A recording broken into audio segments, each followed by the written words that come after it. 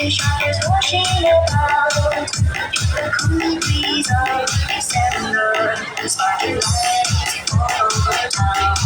The children's carols in the air. By the Christmas tree, a shower of stars on your hair.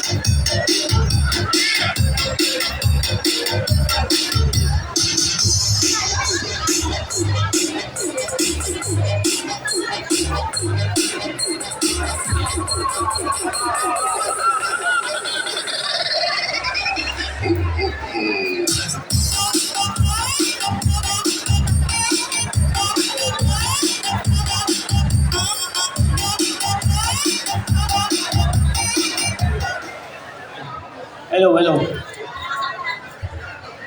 Okay, tinatawagan na natin yung ating mga kasamaang empleyado.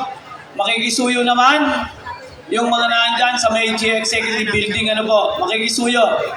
Dito po ang ating programa sa Time Plaza.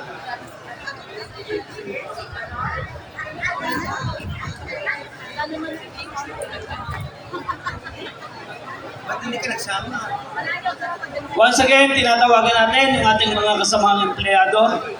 Dito po tayo magpo-programa sa Time Plaza.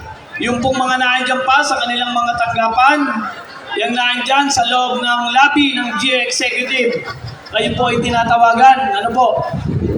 Dito po ang programa, wala pong programa dyan. Madaming nakaupo doon. Mga department heads, pakicheck nyo. Baka inyong mga staff yun. Makikisuyo. Inaanyayahan natin. Meron tayong panauhin ngayong umaga. Kasama din natin dito. Mamaya makikita nyo.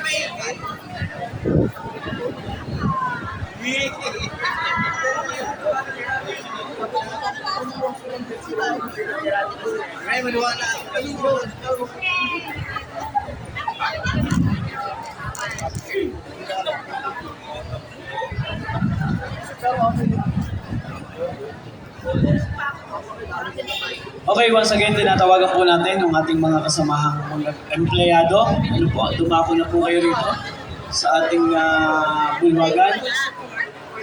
Makikisuyo po yung ating mga kasamahang empleyado. Tinatawagan na po kayo dito.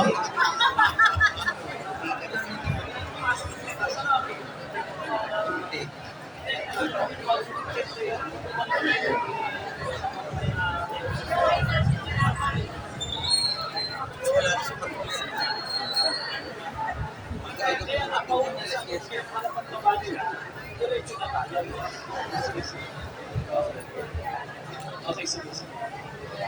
Okay, tinatawagan natin. Sinong magkukul?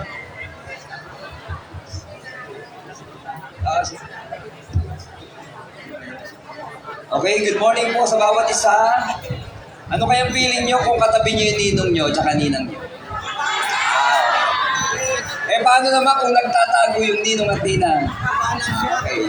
So today, we will speak about, of course, the reason for the season. Ito po ang atin pong isang maikling topic lang po. Let me give you a side, no? Sa buhay daw natin, we exchange gifts. Meron ba ditong may mga nakapag-exchange gift na? Ano kayang feeling kung ang worth ng exchange gift ay 500, tapos ang na-receive mo ay 5,000? Wow, diba? Kaya talaga, pag gusto nyo laging nakakalamang. Pero alam nyo ba? Okay, listen. Ayan, pag regalo ang pinag-uusapan, tayo po ay maingay, no? But the greatest exchange gift, yung pong gusto ko pong ibahagi sa atin, maikli lang po ito, ang bagay na naganap, bakit tayo nagpapalitan ng regalo, sapagkat ginawa ng Diyos ang pinakadakilang exchange gift. Ano po yun? Una, ang Diyos na mayaman sa lahat ay naging dukha upang tayo mga dukha ay maging mayaman sa harapan ng Diyos. Alam natin, nung pinanganak ang kanyang bugtong na anak, pwede naman siyang ipanganak sa Kapitolyo ng Laguna. Pwede siyang ipanganak sa Buckingham Palace ng England. Pero minarapat niyang ipanganak siya sa Sabsaban for us to be able na malaman natin na walang pinipili ang Diyos, sapagkat willing siyang maging mahirap upang tayo mga dukha ay maging mayaman sa kanyang harapan. That's one. Number two, ang ating Diyos na walang kasalanan ay naging kasalanan upang tayong mga makasalanan ay damitan ng Diyos ng katuwiran niya. Kaya alam natin, from sin to righteousness, pinalitan tayo ng Diyos. Actually, sa ibang kultura, kapag Kapaskuhan, they are excited na kunin ang mga regalo under the Christmas tree. Pero ang hindi nila alam, ang regalo is not under the Christmas tree, kundi yung mismong nakahang sa tree when Jesus died on the cross. Yun po talaga ang essence ng Christmas. Ang isa pa pong kapalitan natin ng regalo sa Panginoon, yung puot ng Diyos. For the wages of sin is death, pero ito po ang regalo ng Diyos, ipinalit niya, binigyan niya tayo ng buhay na walang hanggan instead of giving us His wrath. Sabi po ni Paul, for by grace we are saved through faith, and that is not from ourselves, kundi ito po ay regalo ng Panginoon. Ito pa po ang isang exchange gift. Tayo po dapat ang mamamatay sa krus because tayo po ang nagkasala. But instead of us, siya po ang namatay sa krus upang tayo ay magkaroon ng buhay, hindi lang basta buhay, kundi buhay na walang hanggan. Lastly, tayo po ay merong mga takot. Takot po tayo, lalo na pag dumadating ang kinsenas at katapusan, di po ba? At alam natin, itong fear na ito, remember that fear is not from God. Ang kapayapaan po ang gustong ibigay sa atin ng Panginoon. Yung takot ng mga tao, no, takot sa future, wala tayong kasiguruduhan, pero pinalitan ito ng Diyos ng kapayapaan. Nung dumating ang Mesyas, ang hatid niya ay kapayapaan. Nung bumalik siya doon sa Ama sa langit, ang iniwan niya ay kapayapaan. Kung kaya, tandaan po natin, the Christmas message is not about what we have.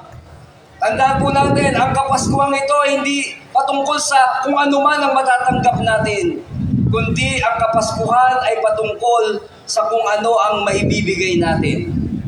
As I end, let me quote John 3:16. For God so loved the world that He gave His only begotten Son, that whoever believes in Him will not perish, but have everlasting life. Doon po, sa talatang yon, makikita nyo ang napakaraming exchange gift. Kaya nga po ang tao, pag-araw ng Pasko, isa lang ang alam niya, regalo, regalo, regalo. Sapagkat ang unang nagbigay sa atin ay walang iba kundi ang ating Panginoon. Let me quote again, ito pong sinasabi po ng salita ng Diyos, na tayo na hindi karapat-dapat na tumanggap ng kaligtasan, yung tinatawag na unmerited favor, When we say unmerited favor, hindi ito para sa iyo. Hindi ka karapat-dapat dito, pero ibinigay sa atin. Pag tinignan po natin ang ating mga sarili sa salamin, pwede nating tanungin ang sarili natin, ano kayang nakita ng Diyos sa akin para sukat na ibigay niya ang buhay niya? Pinakita niya ang kanyang pag-ibig sa atin nung siya ay namatay sa krus ng Kalbaryo nung tayo ay mga makasalanan pa. Remember this also, mga kasama ko po sa Kapitolyo, no? Na ang Panginoon, kapag siya ay nagbigay, hindi niya tayo bibigyan ng basta-basta lang. Kung naibigay niya ang pinakamataas na sa lahat, kung naibigay niya na ang pinakamamahal niyang bugtong na anak, isipin natin ngayon, ano kaya yung pangangailangan natin na hindi niya kayang ibigay? Diba? Kung naibigay mo ng 1,000, may manghihingi sa'yo ng 100, madali na lang ibigay yun. Kaya sa umaga pong ito, nais ko po kayong batiin ng maligayang Pasko. Tandaan po natin, tumanggap na po tayo ng regalo mula sa Panginoon. Palakpakan nga po natin ang Diyos. Okay, tayo po'y manalangin. Panginoon, maraming salamat sapagkat alam namin, binigay mo na sa amin ang the greatest gift of all.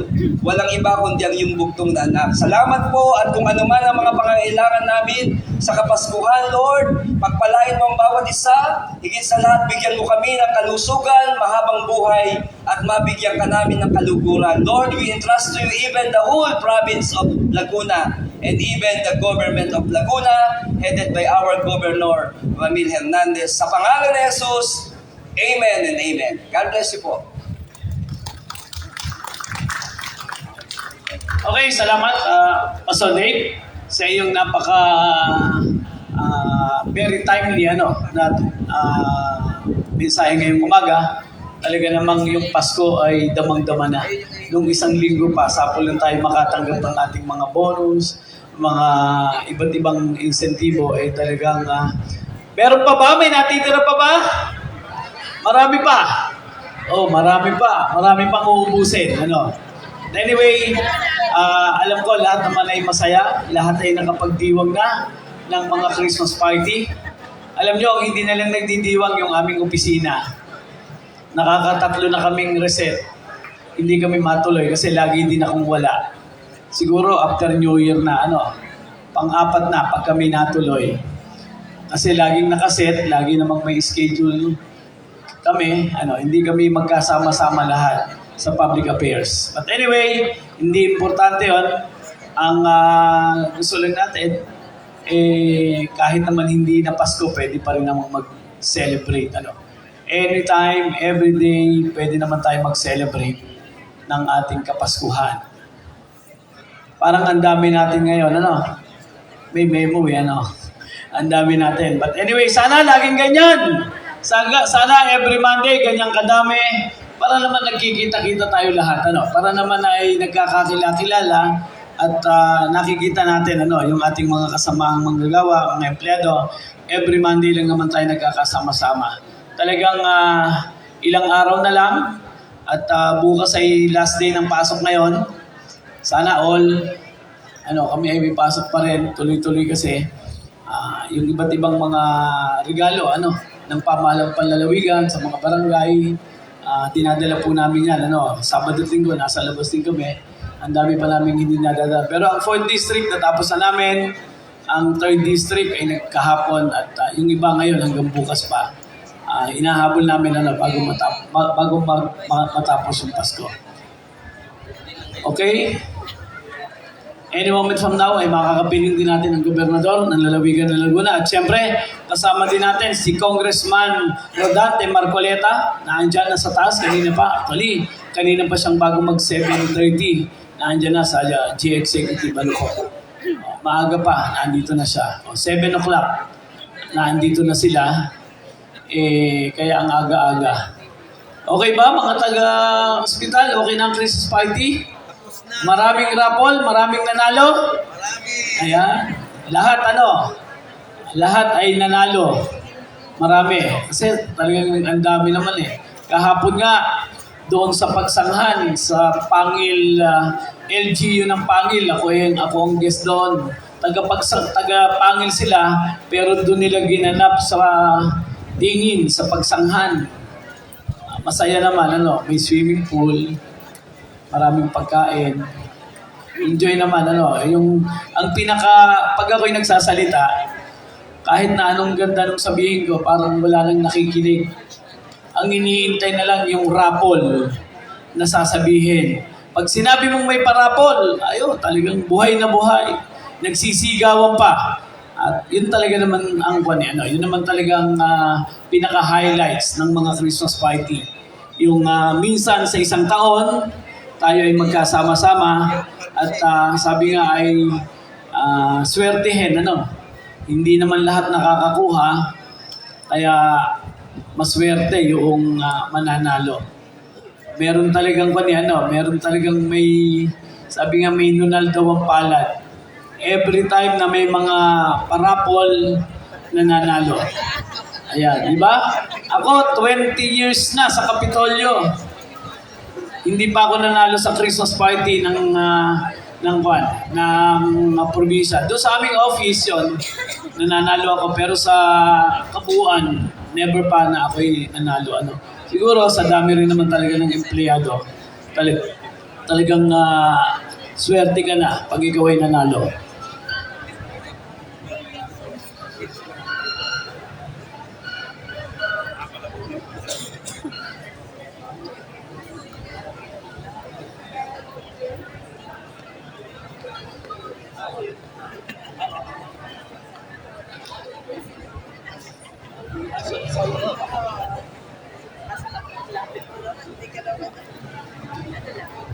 Okay, ready yung ready kayo. Yung pa rin yung flow pero wala nang reporting.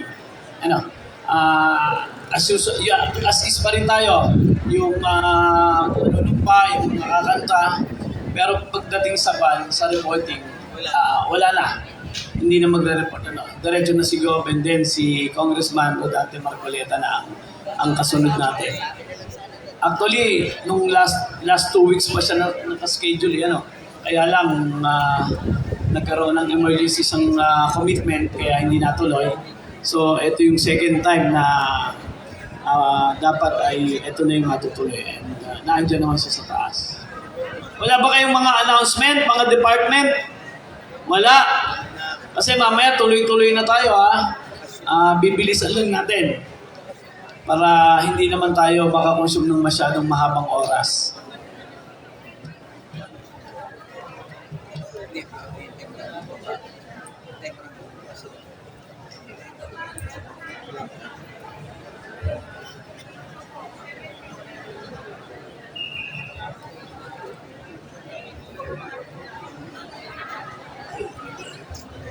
Ilang araw na lang, 2025 na. Wala nang, halos 1 linggo na lang pala.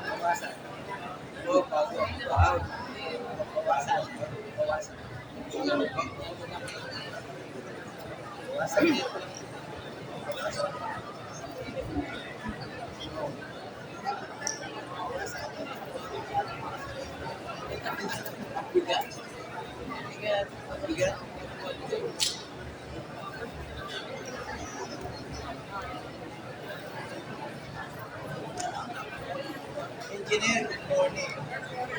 Merry Christmas. Please.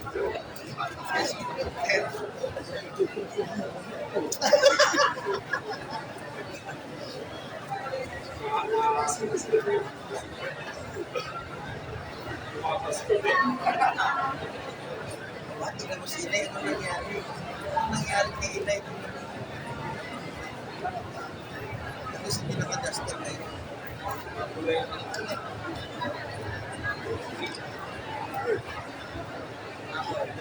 Mapul. Jack is matuloy.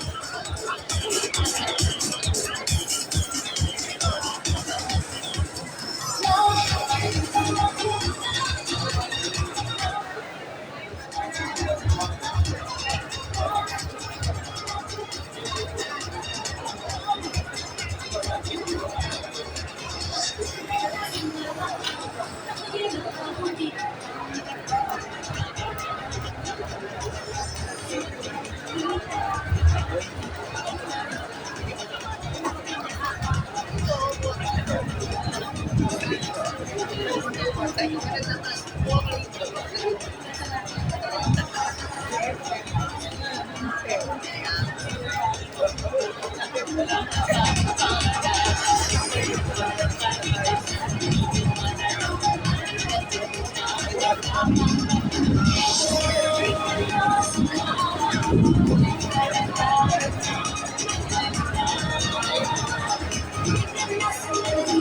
department heads, makikisuyo yung mga empleyado po nyo na nandun sa likod, baka pwede nyo pahanayin doon sa respective departments nyo.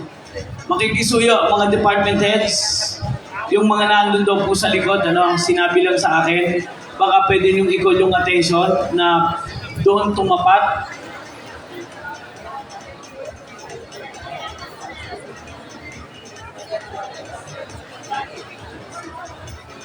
Wala nang nagtiti ha.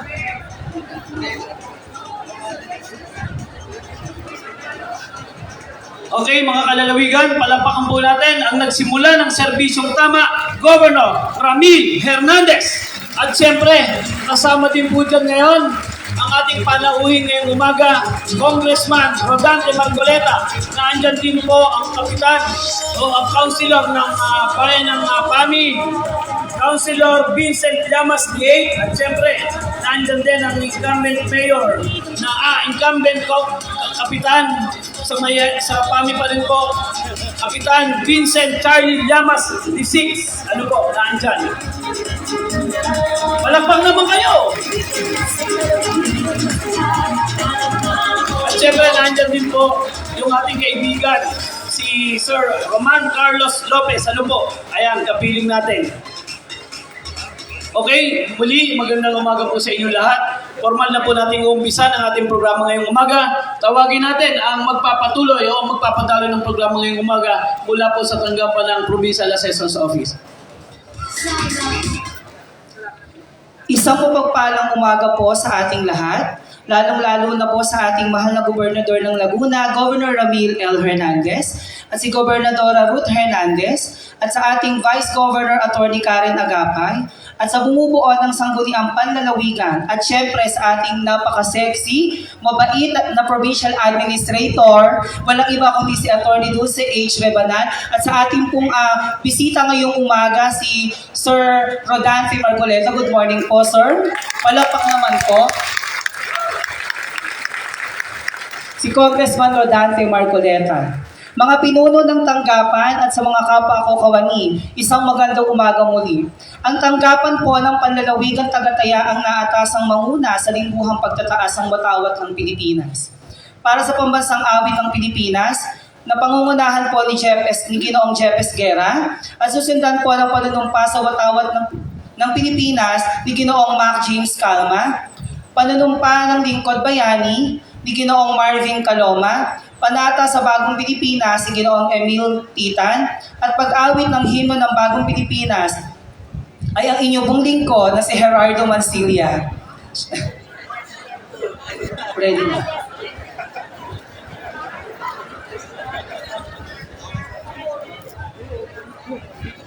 Sabay-sabay po nating awitin ang pambansang awit ng Pilipinas. Mga kababayan, ang pambansang awit ng Pilipinas.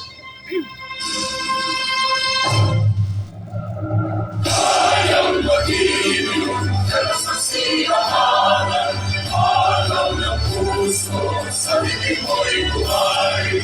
Upang itinigam, tuyang na lang mag-ibig, sa panlutubig, di na masisigil, sa lalagang tulog, sa sibayan, sa langit o wagaw, nagilanang tulang, awit sa pagkaya minamahal, ang isang ang magawang mo'y natunay na nakikinig, bakit tuwing nagaraw niya, kailan mo may makikinig, lumalang araw, gawal, bakit magsika, buhay langit sa ko.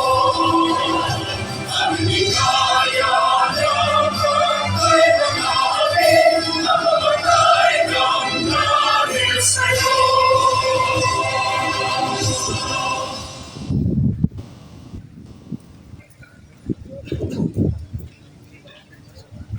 panunumpa sa watawat ng Pilipinas. Ako ay Pilipino, taus-pusong buong katapatang sa watawat ng Pilipinas at sa kanya sinasagisa may nararat ng kawan at kalaya. Pilipinos na sila ng makalus, makatao, makalikas at makabansa.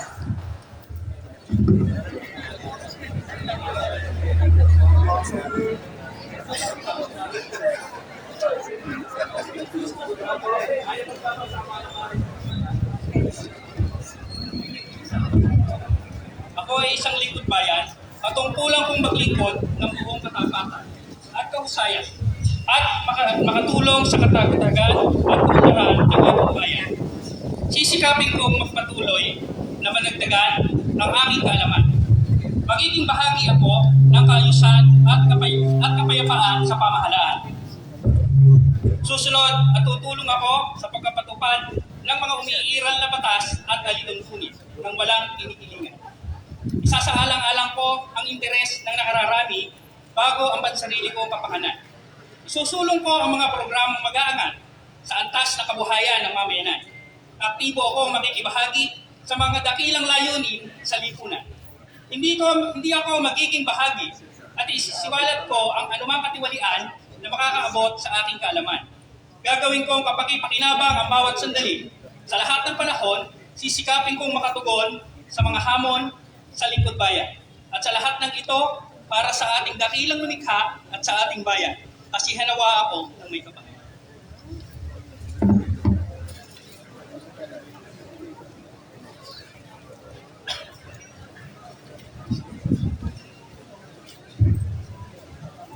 Panata sa bagong Pilipinas.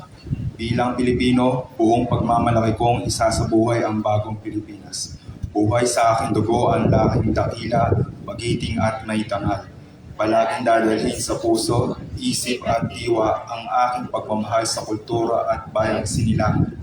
Kaisa ng bawat mamamayan, iaalay ko ang aking talino, kasanayan sa pagpapaunlad ng aking bayan. Taglay ang galing na naaayon sa pandaigdigang pamantayan. Magiging instrumento ako sa pagsulong ng kagalingan, karunungan at kapayapaan. Magiging isa at makikihalok ako sa talikain ng pamahalaan dahil ang kaunlaran ay hindi lamang responsibilidad ng iilan. Isusulong ko at pangangalagaan ko ang karangalan, kalayaan at interes ng aking bayang minamahal. Bilang Pilipino na may pagmamahal, pakialam at malasakit, hindi makasadli kundi para sa nakakarami. Tatahakin ko ang dandas tungo sa isang bagong Pilipinas.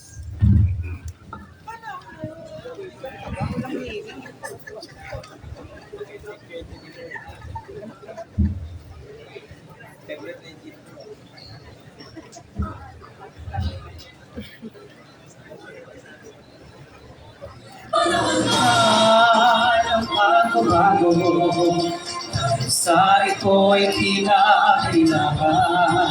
Tayo na magtulong-tulong bilang mahal nating bayan.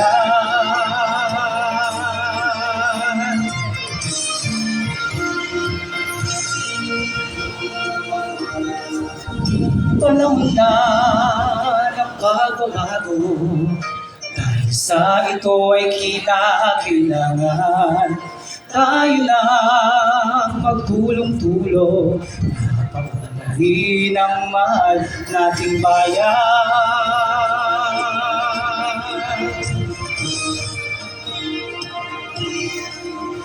Panahon na ng pagbabago, at iayos ang mga dapat ayusin. Dapat na maging tungkulin bawat mamamayan dito sa atin. Gawin ang pagbabago patungo sa pag-asenso. Sundan ng mabuti at nang guminhawa tayo. Ipagmalaki natin sa mundo at ipamalas ang bagong Pilipino at bagong Pilipinas. Ng pagbabago, tangkilikin natin ang sariling atin. Wala ugali. Kaysa sa iba sa atin ang unahin.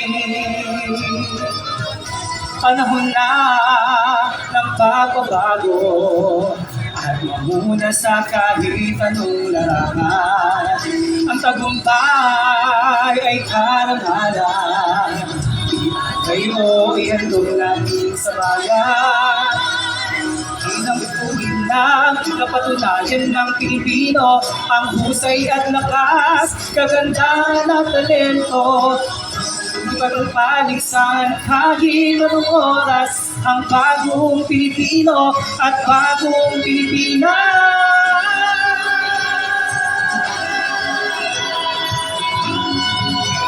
Panahon na ng bago-bago, tunay natin na gawing maaliwalas. Tama na ang magandang bukas, bunga ng bagong Pilipinas.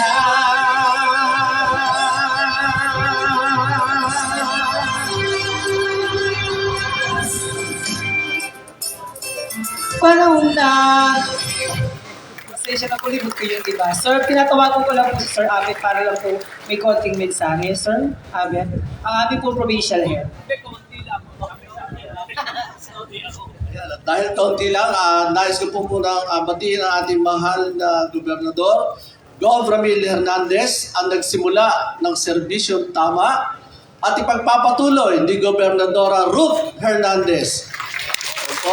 Kasama po ang ating panauhing pandangal ngayong umaga, si Congressman Rodante Marcoleta. Sir, good morning. And of course, kay Kapitan Games at sa mga kasama niya mula sa Bayan ng FAMI. Isang magandang umaga po. At sa ating mga kasamahan na bumubuo ng panlalawigan ng Laguna, sa lalawigan ng Laguna, isang mapagpalang umaga po sa ating lahat. At yun po, nais ko lamang po ipaabot ang isang pagbati na maligayang Pasko at maligong bagong taon sa lahat. Magandang umaga po. Maraming salamat. Okay? Talagang maiksi lang. Kanina sabi ko kasi, hindi ka na babati. Sabi, hindi, kahit maiksi lang, babati ako kay Gov. Okay, maraming salamat. Pwede bang palakpakan natin yung mga taga-provincial assessor sa office? Naninibago sila kasi ito na yata yung isa sa pinakamarami na umattend ng flag raising ceremony. At ngayon naman, para magbigay ng mensahe ngayong umaga, palakpakan natin ang nagsimula ng serbisyong tama, Governor Ramil Hernandez.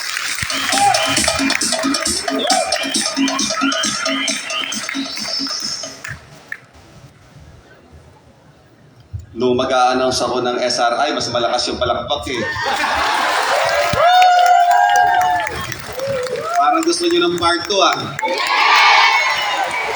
Sige, may kasunod pa yan. Sa 2025. Okay, magandang umaga sa ating lahat. Okay, kanina iniisip ko, nabibilang na ang pag-attend ng flag ceremony ni Governor. Bali, 24 flag ceremony na lang ako. Okay, at sa susunod, pipili na kayo ng gusto nyong makasama sa flag ceremony. Di ba? At bago ako magbigay ng mensahe, siyempre uuna ko nang kikilalanin at papasalamatan ang pagbibigay ng oras sa atin ng ating panauhin. Siya ay napapanood nyo lang sa TV, sa YouTube, pero dito, personal na. Actually, ang ating panauhin ngayon ko lang nakita ng personal. Pero pinapanood ko po kayo sa TV. Ano po? May dala po ba kayong kopya dyan? At again, welcome po natin si Congressman Rodante Marcoleta. Palakpakan po natin. Si Yusek at ang kanyang mga iba pang mga kasamahan. Hindi ko na po isa-isahin ang pangalan. At pinapanood ko rin po siya sa ganang mamamayan. Ano po? At may isa po kayo doong episode na talagang tinunghayan ko. Yung topic po doon ang pinag-uusapan ay isang politiko sa Laguna. Ayan. Hindi ko na ako kwento. Mamaya na lang po tayo magkwentuhan. Anyway, tayo po ay nagagalak at tayo ay magkakasama. At ito, daman-daman natin ang pagpasok ng Pasko at sasalubungin natin ng maayos ang bagong taon. Nung dinadrap yung pagbati namin ni Congresswoman Ruth, nung tarpaulin, yung maligayang Pasko at manigong bagong taon. So,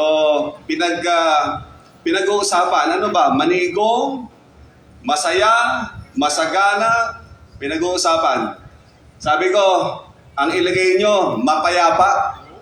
Diba? Kaya mapapansin nyo yung pagbati namin ni Kong, maligayang Pasko at mapayapang bagong taon. Kasi gusto natin kapayapaan sa ating bansa. Amen?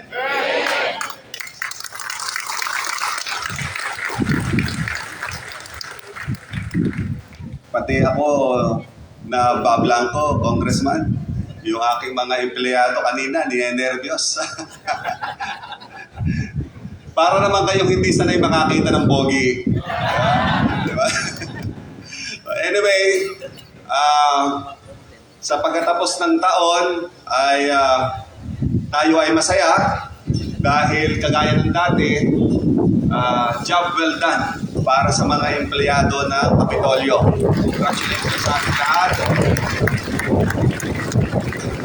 Marami tayong mga bagay na na-maintain. Kagaya ng pagtanggap natin ng Seal of Good Local Governance Award ng DILG. Nakuha natin muli yan. Ibig sabihin, ang mga taga-Kapitolyo consistent sa pagbibigay ng serbisyong tama at kasama o sama-sama tayo sa tamang pamamahala. Sa kabuuan naman ng lalawigan ng Laguna, tayo muli, muli, number 1 uli tayo sa may pinakamataas na ambag sa ekonomiya ng Pilipinas, GDP. 1 trillion. O isipin ninyo, ang sumunod sa atin, Cebu, ang sumunod sa atin, Cavite. Aba, hindi basta-basta mga probinsya yan. Pero nandun tayo sa taas. Yun lang yun. So, salamat sa Panginoon, sa kanyang biyaya. Lahat yan ay galing sa kanya. At salamat sa lahat ng ating mga katulong, katuwang sa panunungkulan dito sa lalawigan ng Laguna. Sa lahat ng larangan, wala akong maisip na tayo ay bumaba kumpara sa dati. Na-maintain, tumaas pa. Ano po? At sana magpatuloy ang momentum ng pag-angat pa ng ating lalawigan ng Laguna. At yan ay hindi instant. Tinatrabaho yan. Tinatrabaho ng bawat isa sa atin. So, yun lang ang aking mensahe sa araw na ito. At mamaya ay maririnig natin na bumati sa atin ang ating panauhin. Hindi naman lingid sa inyo, kung sa iba, lingid. Itong ating panauhin ay may mataas pa na hinahangad na panunungkulan sa ating bansa. Isang abogado. At kita nyo naman kung paano siya maging maayos na congressman. May kasabihan tayo na ang napapagkatiwalaan sa maliit na bagay ay pwedeng pagkatiwalaan sa mas malaking bagay. Kaya kapag mas maayos ka sa iyong pwesto at gusto mong umangat o humawak ng mas mataas na pwesto, ibig sabihin, pwede ka rin pagkatiwalaan dyan. Amen? Hindi ko alam ang dami ng programa, pero ako na ang magpapakilala ng tuluyan at ating maririnig ang mensahe ng ating butihing panauhin, Congressman, Senator Rodante Marcoleta.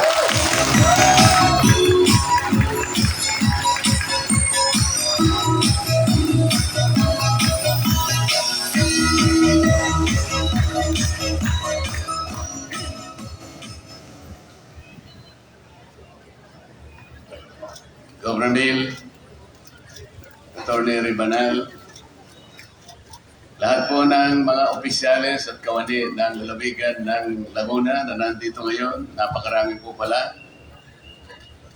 At ang mga inimbita po nating mga panauhin sa umaga nito, ako po ay nagagala.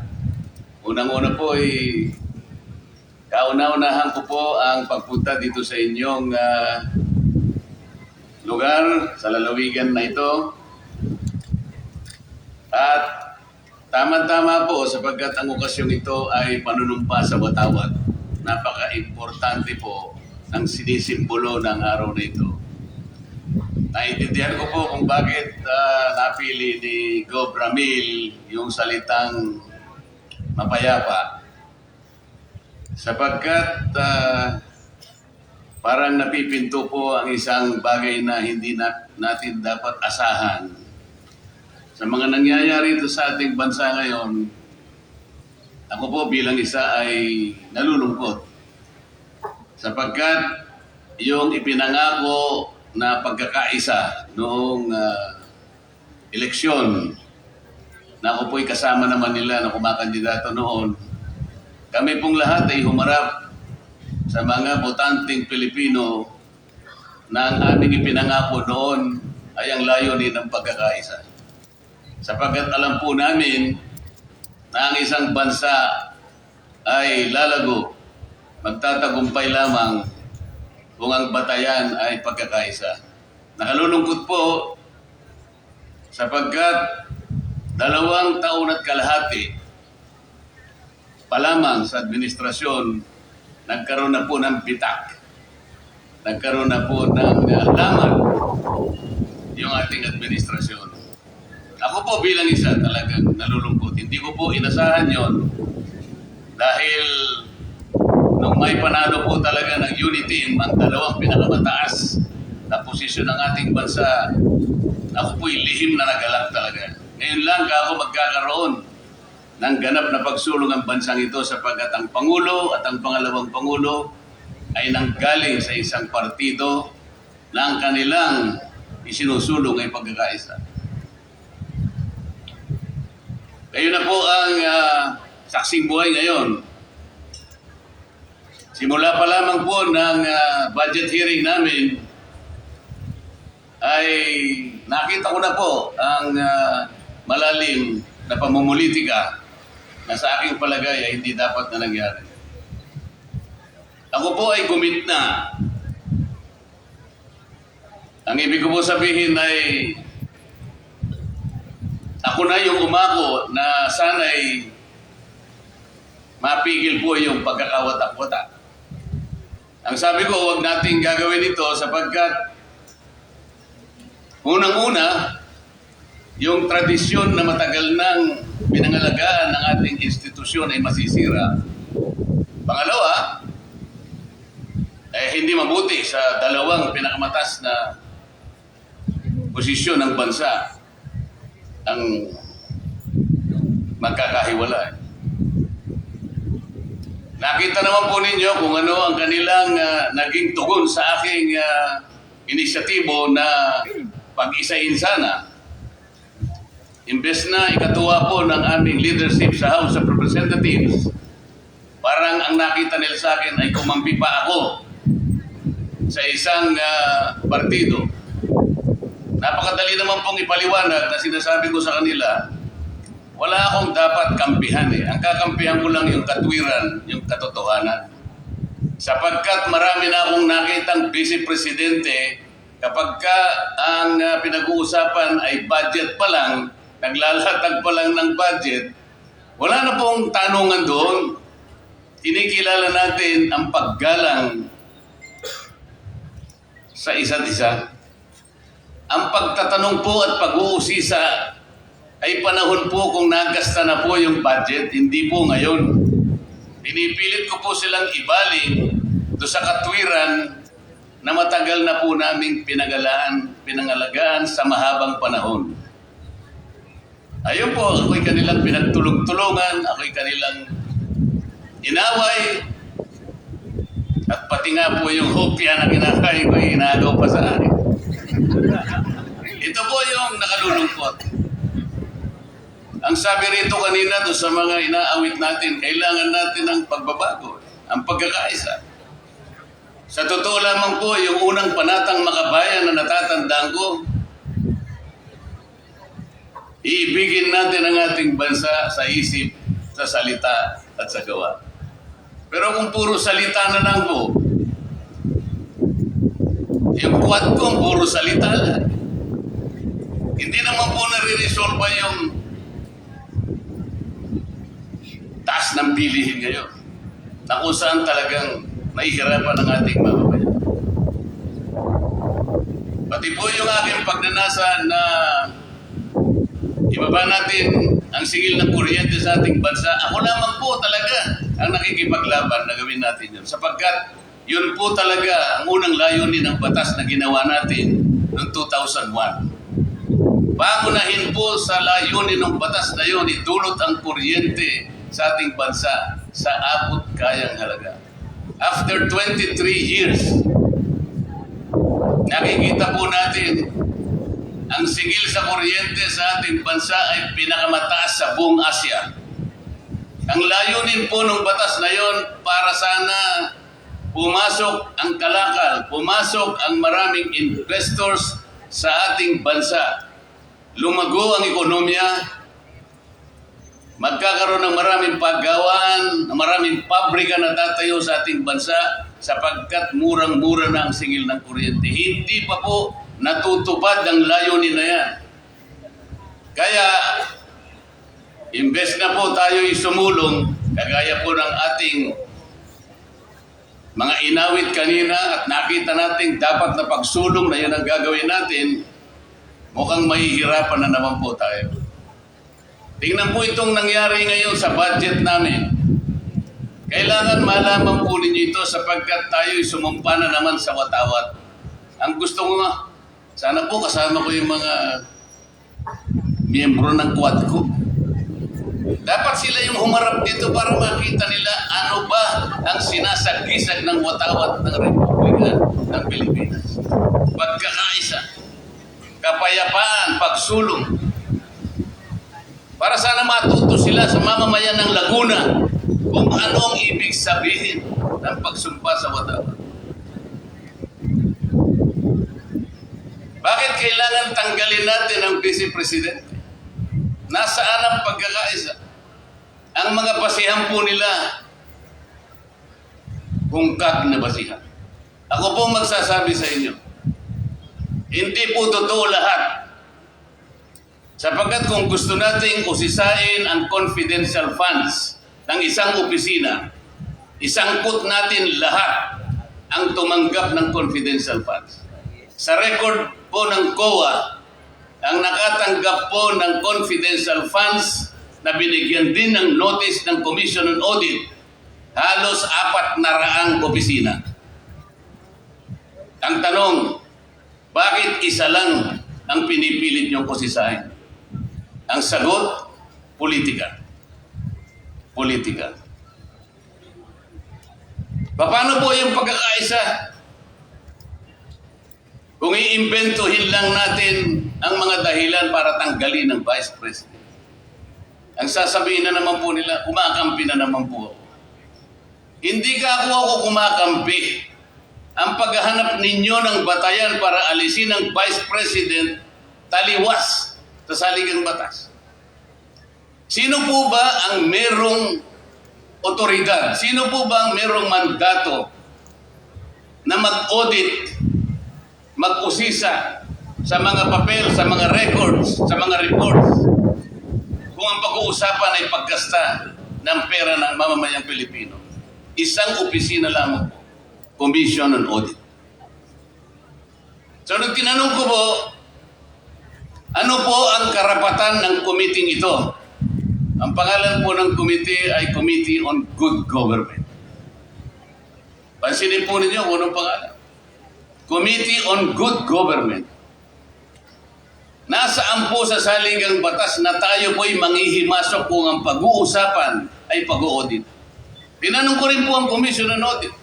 Kayo po ba ngayon ay sumasang-ayon ng inyong natatanging mandato na inilatag ng saligang batas ay pumapayag na kayo na ibigay na sa Committee on Good Government. Ang sabi nila, hindi. Eh kung hindi kayo pumapayag, bakit yung mga papeles ay isinumiti ninyo sa committee ito? At tinanong ko naman po sa chairman, hindi ba tayo nagkakasala sa ginagawa natin ito? Imbes na sagutin po nila ako, ayun.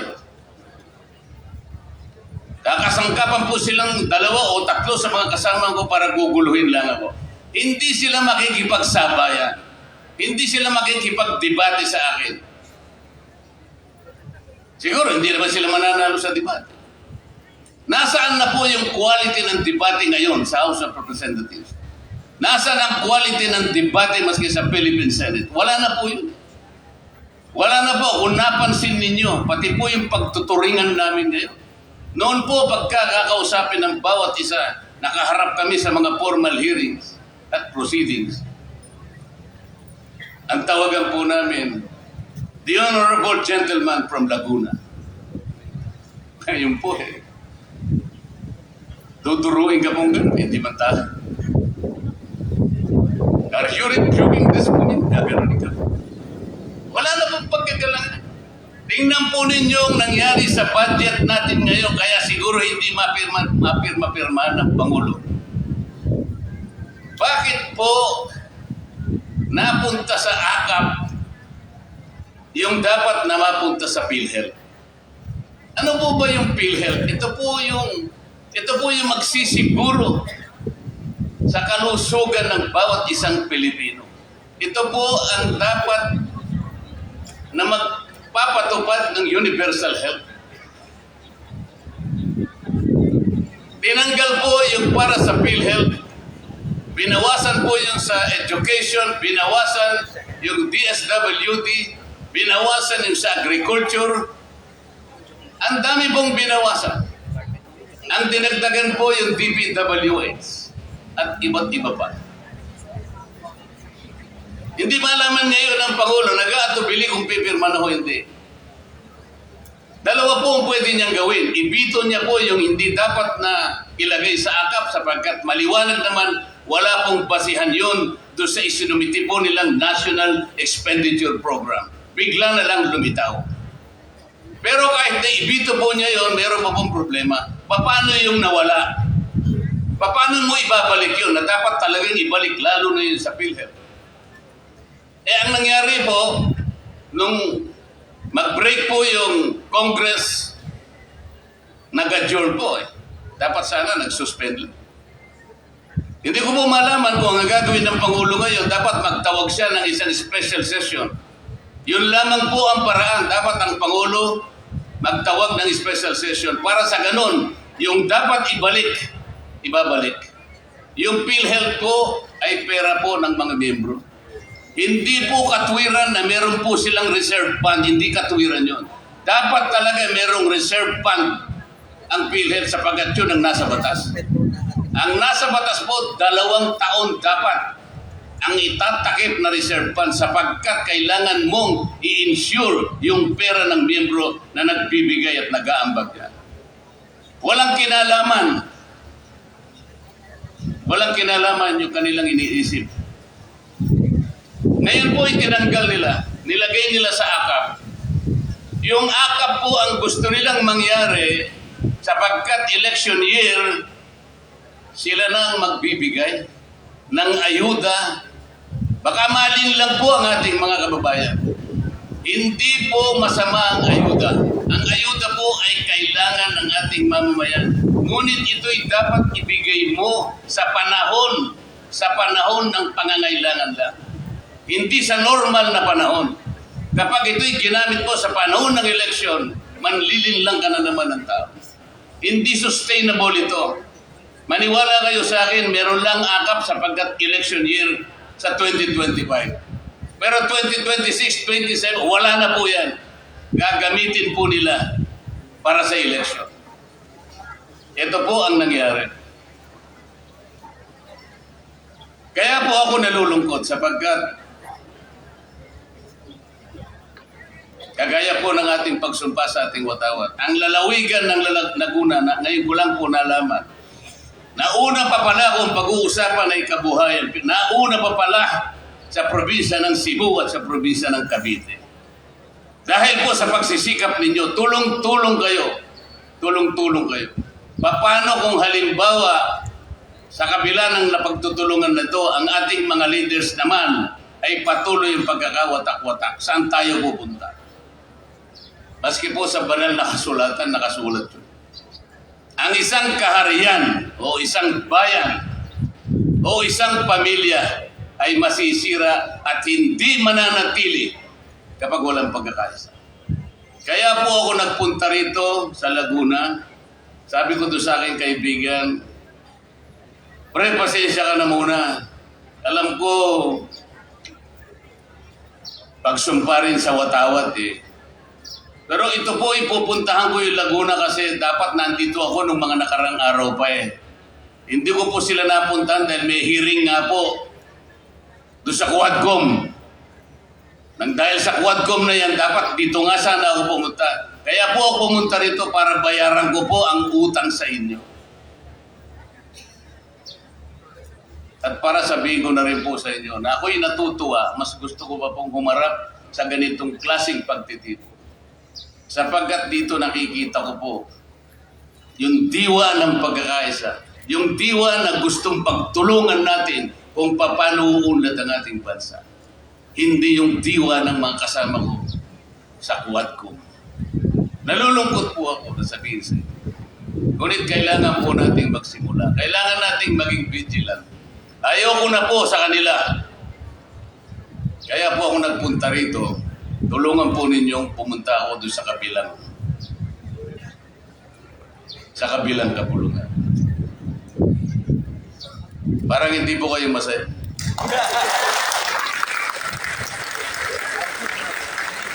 Kailangan po nating bigyan ng konting kalidad yung kabilang kapulungan. Kasi po, iba-iba na po yung sangkap doon. Iba-iba na po yung sahog. Kumbaga sa luto, go. Hindi natin malam kung anong luto ito. Pero sa pamamagitan po ng mamamayan ng Laguna, sabi po ng aking mga kasama, nananawagan din na makapunta ko ron. Kahit na iba-ibang sahog, kahit na iba-ibang sangkap, kailangan ka rin humalo doon sapagkat ikaw ang magsisilbing magic sarap. Sasakali po. Magkalasa yung luto na yan at mula sa lasa na yan, magkaroon po tayo ng pag-asa. Salamat po sa inyong lahat. Magandang umaga po at inaasahan ko ang lalong pagkatagumpay ng inyong lalawigan mula ngayon at sa hinaharap. Marami pong salamat. Okay, maraming salamat, Congressman Rodante Marcoleta from Sagit Party List, sa iyong napakalinaw at sabi nga ay naging maliwanag sa bawat isa sa amin ano po ang mga issue na lumulutang sa iba't ibang panig ng ating bansa. Well, again, pwede bang bigyan natin ng isang malakas na palakpak si Senator Rodante Marcoleta. Ngayon naman po, tawagan natin para sa isang photo-op sa ating mga panauhin kasama ang ating gobernador at ang host department para sa isang picture taking yung usual nating ginagawa. Hindi, bukod yun. Pulga lang, engineer. Meron susunod dyan. After nyan, dito naman sa lahat ayan.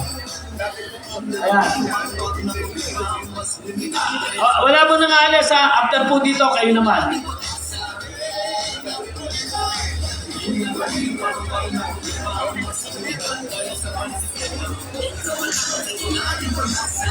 Okay, inaanyayahan po natin ang ating mahal na gobernador at siyempre yung ating mga panauhin po. Go!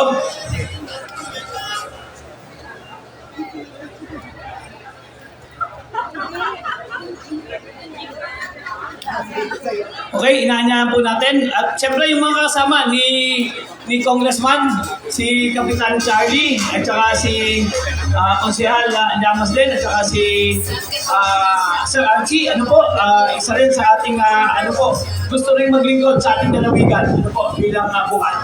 Ayan. Okay, dikit-dikit kayo. Mga taga, layo nyo sa limot. Ayan, nakakita kayo. Ito, Di na mabilang pang-baong na problema, mas bumigat dahil sa mali sistema. Huwag kang matakot, ito na aking pag-asa. Napangatalino ang kanyang sandata sa inyong balata. Dati magwera, lalaban para sa bayan. Siya ay tulungan walang inuulan. okay, ngayon naman, kasama ko ang ating mga empleyado, iba't ibang departamento, para sa isang photo ops, Diyan naman, kasama sila. Ayos ba, engineer? Ayan, pagbigyan nyo yung kahilingan. Lumapit ka daw, engineer. Lumapit ka daw kayo. Ayan. Okay?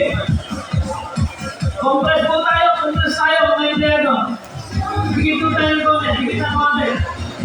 Para wala naman medyo maganda sa picture. Ayan. Compress po tayo, compress. Ito ba, bigyan tayo.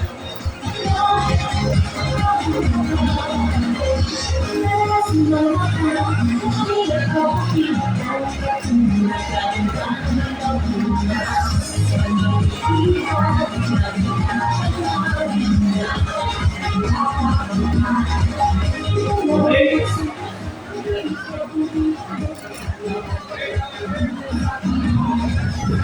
Check daw, check daw, check. May mga nasigaw. Check daw tayo, antay natin.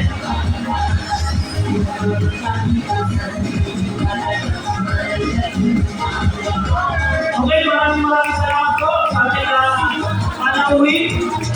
Congressman Rodante Marcoleta at siyempre sa kanyang mga kasama. And of course, sa ating mahal na gobernador, Governor Ramil Hernandez, ngayong maging ito. Siyempre, sa ating